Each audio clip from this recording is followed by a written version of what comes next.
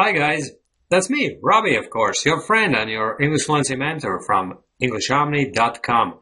And today I'm bringing you another English idiomatic expression. And today we're going to look at the following phrase, to bear in mind. It might sound very fancy, especially if you're not using the word bear in your conversations, but don't worry, it's very simple, it's very straightforward. To bear in mind simply means to remember, and it's used pretty much in the same circumstances as you would use the word to remember. And typically it's used when you warn someone not to forget something. And here's a typical use of the phrase.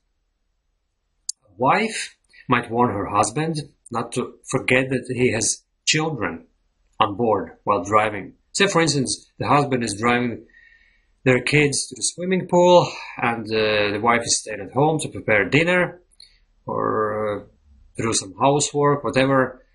And upon leaving, she warns the husband, darling, please drive safely and bear in mind that you have two small kids in the car, so please be careful. I don't want anything bad happen to you. God forbid something happen to you on the way to the swimming pool, because the roads are quite slippery.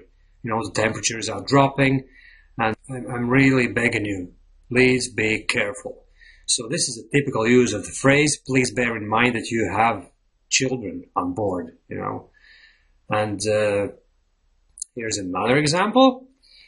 Say, for instance, the husband is listening to weather forecast on the radio. The weatherman or the weather lady is saying that nationwide temperatures are going to drop overnight, and motorists have to be very careful, especially driving in early morning hours when the roads aren't treated yet, because the road treating vehicles would be out starting from 4 a.m. But if you drive home earlier than 4 a.m., you have to be particularly careful of the road conditions, because roads will be icy, and you have to bear in mind that braking distances on icy roads might be up to 10 times longer than on normal roads.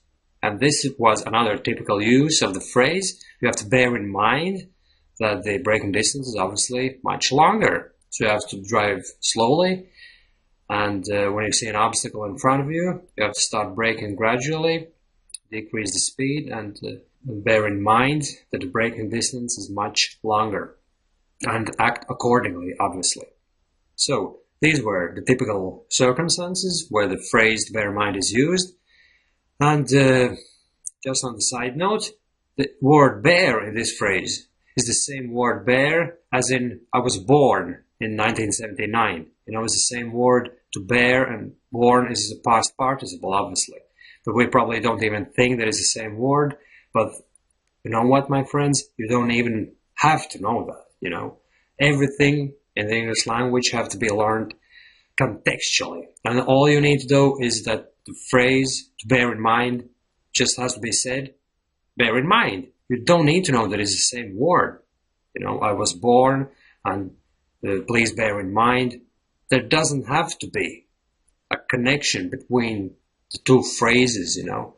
But you see, what happens when you study the English language the traditional way is you might create completely unnatural word associations in your brain. Say, for instance, the phrase to bear in mind and I was born.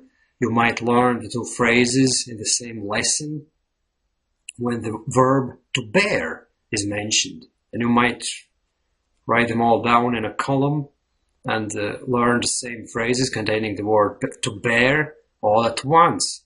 So the phrase to bear in mind, to be born in, and please bear with me. You might learn all those phrases together, but it's wrong, you know.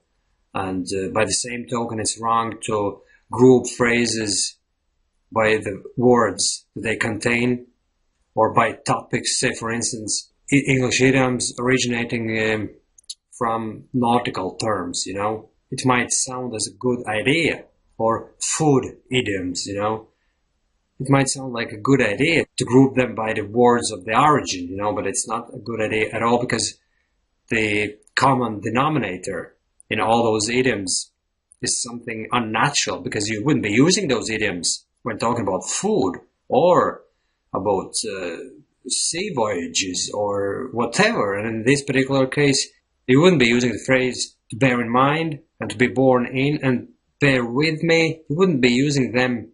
They don't fall under the same category, you know what I mean?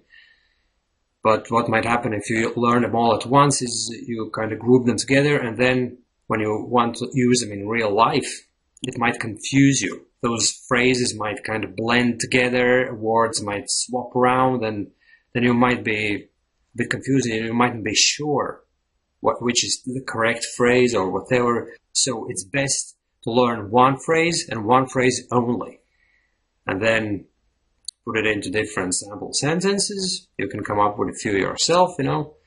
Anyway, thanks for watching this video, guys, and see you soon in another English idiomatic expression video. Bye!